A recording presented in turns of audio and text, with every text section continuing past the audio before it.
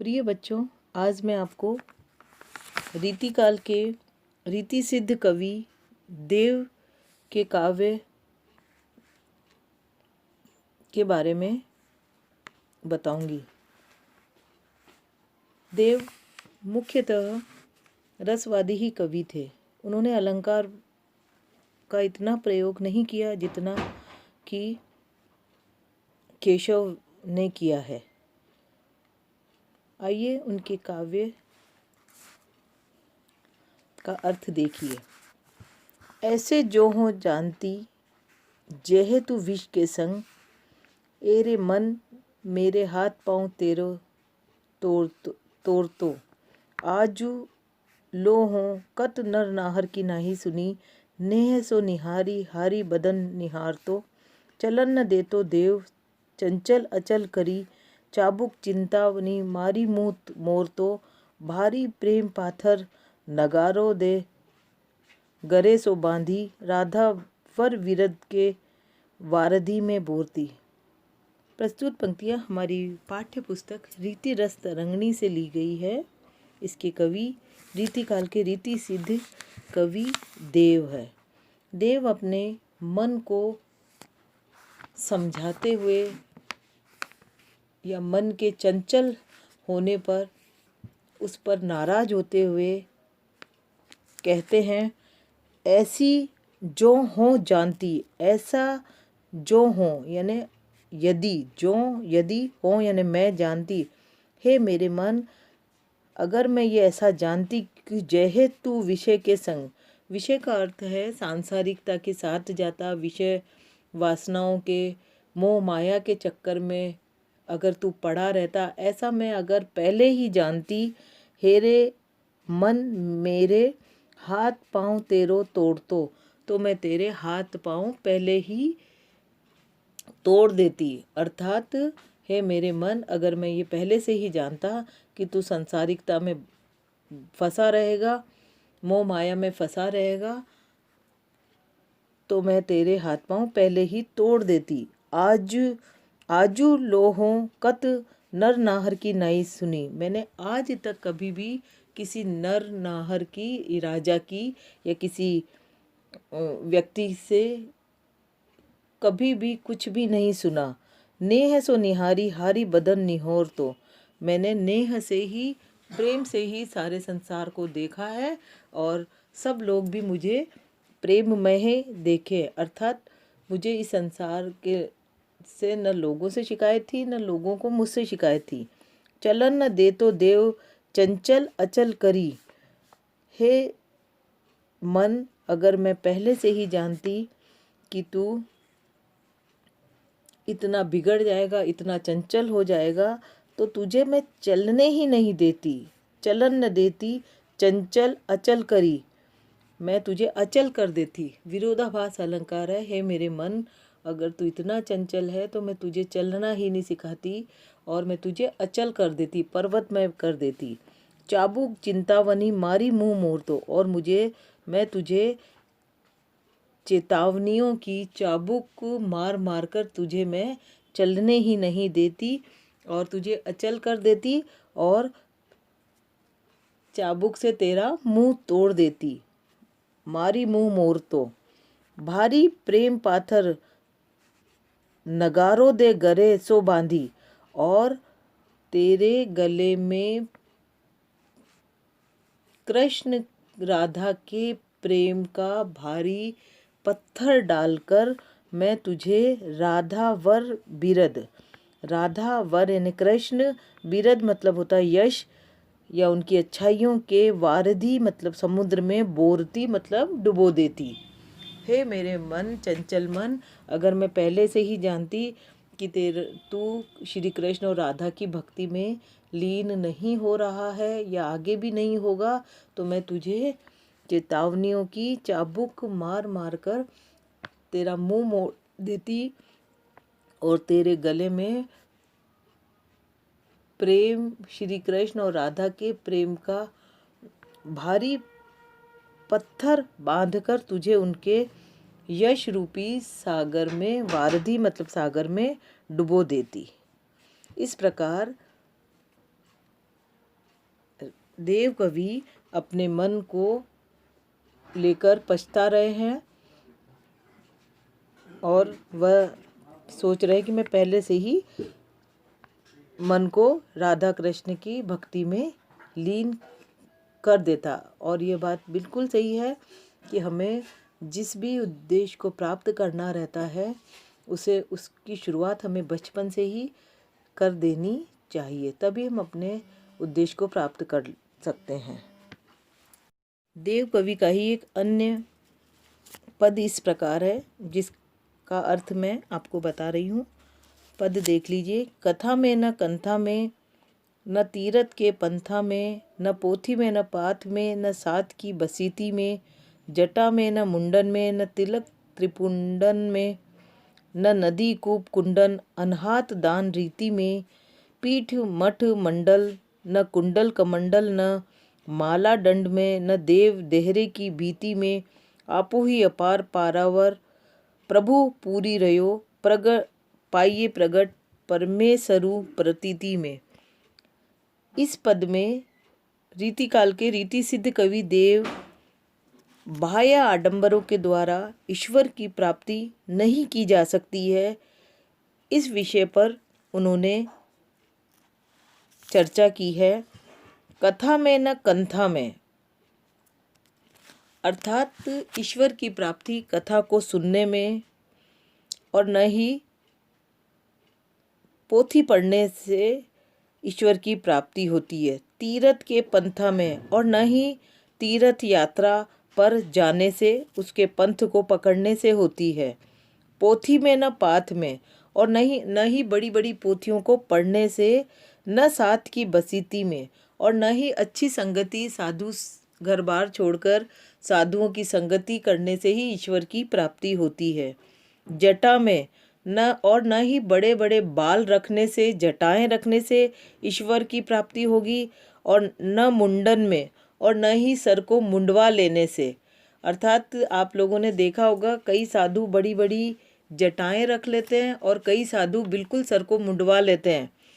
देव कवि या हम अन्य भक्तिकालीन कवियों ने भी कई जगह ये कहा है कि ईश्वर की प्राप्ति इन बाह्य आडंबरों को करने से नहीं होती है। बड़ी बड़ी जटा रखने से न ईश्वर मिलेगा, मुंडन में न मुंडन करा लेने से ईश्वर मिलेगा, तिलक त्रिपुंडन में और न ही बड़े बड़े तिलक माथे पर छापने से ईश्वर की प्राप्ति होगी। नदी कूप कुंडन अनहात दान रीति में, अनहात का मतलब बच्चों स्नान करने से होता है, न किसी नदी में, कुएं में, तालाब में स्नान करने से ईश्वर की प्राप्ति होगी, और न ही कितना भी ध्यान कर लो और अगर मन अच्छा नहीं है तो भी ईश्वर की प्राप्ति नहीं होगी। पीठ मठ मंडल में, न कुंडल कमंडल में, न पीठों में मठों में, न कानों में कुंडल डालने से, न हाथ में कमंडल रखने से ईश्वर की प्राप्ति होगी। माला दंड में और न बड़ी बड़ी मालाएं गले में डालने से, न हाथों में दंड रखने से, देव देहरे की भीति में ईश्वर की प्राप्ति कहीं नहीं होगी, कभी नहीं होगी। आपो ही अपार पारावर प्रभु पूरी रहो, ईश्वर तो अपने आप ही कभी भी प्रकट हो जाएंगे यदि आप पाइए प्रकट परमेश्वरु प्रतीति में। अगर आप ईश्वर से प्रेम करते हैं, उस पर विश्वास करते हैं, अच्छे कार्य करते हैं, तो ईश्वर अपने आप ही आपके सामने कभी भी प्रकट हो जाएंगे और आप उनको सहज में ही प्राप्त कर सकते हैं। कुल मिलाकर सार यह है बच्चों कि ईश्वर जटिलता से नहीं प्राप्त होता है, सहजता और सरलता, सच्चे कर्मों से और मन में विश्वास से ईश्वर मिलता है। देव का एक अन्य पद और उसका अर्थ इस प्रकार है। जहरी जहरी जीनी बूंद है परति मानो, गहरी गहरी घटा घेरी है गगन में, आनी कयो शाम मोसो चलो झूलबे को आज, फूली ना समाई भई ऐसी हो मगन में, चाहत उठाई उठी गई सो निगोड़ी नींद, सोए गए भाग मेरी जागी व जगन में, आँख खुली देखो तो न घन है न घनश्याम, वेई छाई बूंदे मेरे आंसुएं द्वे द्रगन में। इस पद में सखी या भक्त अपनी दूसरी सखी या सखा से कहती है, झहरी झहरी झीनी बूंद है परती मानो, आकाश से बिल्कुल छोटी छोटी झीनी झीनी सी बूंदें पड़ रही थी। गहरी गहरी घटा घेरी है गगन में, और गगन में आकाश में गहरी गहरी घटाएं छाई हुई थी और छोटी छोटी बूंदों का बरसना भी चालू हो गया था। आनी कहो शाम मोसो चलो झूलबे को आज। हे सखी, ऐसे सुहाने मौसम में शाम अर्थात श्री कृष्ण ने मुझसे आकर कहा, चलो आज कहीं झूलने को चलते हैं। फूली ना समाई भई ऐसी हो मगन में। श्री कृष्ण के इस प्रस्ताव को सुनकर मैं फूली न समाई, मुहावरेदार भाषा है बच्चों, फूली न समाई भई ऐसी हो मगन में, मैं अत्यधिक खुश होकर और फूली न समा रही थी और मगन हो गई उनके साथ चलने के लिए। चाहत उठाई उठी गई, और जैसे ही मैं श्री कृष्ण के साथ चलने के लिए उठी गई निगोड़ी नींद, और मेरी नींद खुल गई। अर्थात नायिका यह चीज सपने में देख रही थी कि कृष्ण उसके पास आए और उसे झूलने के लिए अपने साथ ले जाने के लिए कह रहे हैं। सखी से कहती है नायिका, सोए गए भाग मेरे जागी व जगन में। विरोधाभास अलंकार, मेरे जागने से मेरे जागे हुए भाग सो गए। श्लेष अलंकार, विरोधाभास अलंकार, सोए गए भाग मेरे जागी व जगन में, आँख खोली देखो तो न घन है न घनश्याम, और जैसे ही मेरी नींद खुली हे सखी, मैंने देखा न तो आकाश में घन है अर्थात बादल है, और न मेरे पास श्री कृष्ण खड़े हैं, न घन है न घनश्याम, वे ही छाई बूंदे मेरे आंसू वे द्रगन में, और वही मेरे दो आँखों में आंसुओं की बूंदे छाई हुई थी, अर्थात मैं रो रही थी। न श्री कृष्ण मेरे पास थे और न आकाश में बादल थे। अगला देखिए देव कवि का ही पद, जब ते कुंवर कहना रावरी कला निधान, कान परिवा के कहूँ सुजस कहानी सी, तब ते देव देखो देवता सी हंसती सी, खींचती सी रीझती सी, रूसती रिसानी सी, छोई सी छली सी, छिनी लीनी सी, छकी सी छिन, जकी सी टकी सी, लागी थकी थरानी सी, विधि सी बंधी सी, विष बूढ़ी सी विमोहित सी, बैठी व बकत बिलोकत बिकानी सी। एक सखी दूसरी सखी से कहती है, कृष्ण के वियोग में राधिका का क्या हाल हो गया है। वो कहती है, जपते कुंवर कहना रावरी कला निधान।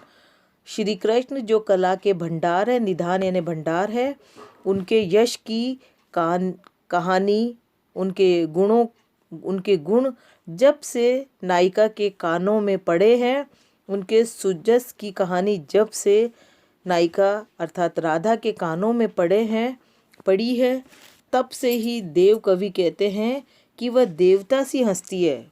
पागल सी हो गई है नायिका और वह देवता सी हंसती रहती है, अर्थात उसके चेहरे पर हमेशा वियोग में भी वह हंसी आती रहती है, खींचती सी, और कभी वह खींच जाती है, कभी रीझ जाती है, और कभी एकदम खुश हो जाती है, कभी खींचती है, गुस्सा होती है, रूसती है, कभी रूठ जाती है, कभी रूसती रिसानी सी, और कभी वह ईर्ष्या करने लग जाती है। अर्थात नायिका का कोई भी व्यवहार सामान्य स्त्री जैसा नहीं रहा है जब से उन्होंने श्री कृष्ण के गुणों के बारे में जाना है। छोही सी अर्थात अपने आप में सिमटी सी रहती है, छली सी, या फिर कभी ऐसा लगता है कि जैसे उसको किसी ने छल लिया हो। छीनी लीनी, या फिर ऐसा लगता है कि किसी ने उसका सब कुछ ले लिया हो। छकी सी छीन, और या फिर ऐसा लगता है कि वह अचानक उसने कोई आश्चर्यजनक चीज़ देख ली हो। जकी सी, टकी सी, या फिर उसको एक ही बात की रट लग गई हो। टकी सी, एक टक वह एक तरफ ही स्थिर होके देख रही है। लगी, थकी सी, ठहरानी सी, कभी वह थकी हुई लगती है, कभी वह कंपित होती रहती है। बींदी सी, ऐसा लगता है कि जैसे वह कृष्ण के प्यार में बंध गई है, या फिर या कृष्ण के प्रेम में वह बिध गई है, अर्थात छलनी छलनी हो गया उनका हृदय। विष बूढ़ी सी, या फिर ऐसा लगता है कि नायिका को किसी ने विष में, जहर में डुबो दिया हो। विमोहित सी, या उसे संसार से किसी चीज़ से मोह ही नहीं रहा हो। बैठी वह बकत, वह तो अकेली बैठकर केवल बोलती रहती है। बिलोकत बिकानी सी, और एक टक होकर बेमोल बिकने के हिसाब से बस बैठी रहती कि कोई भी उस नायिका का कुछ भी हर्ष कर सकता है। धन्यवाद।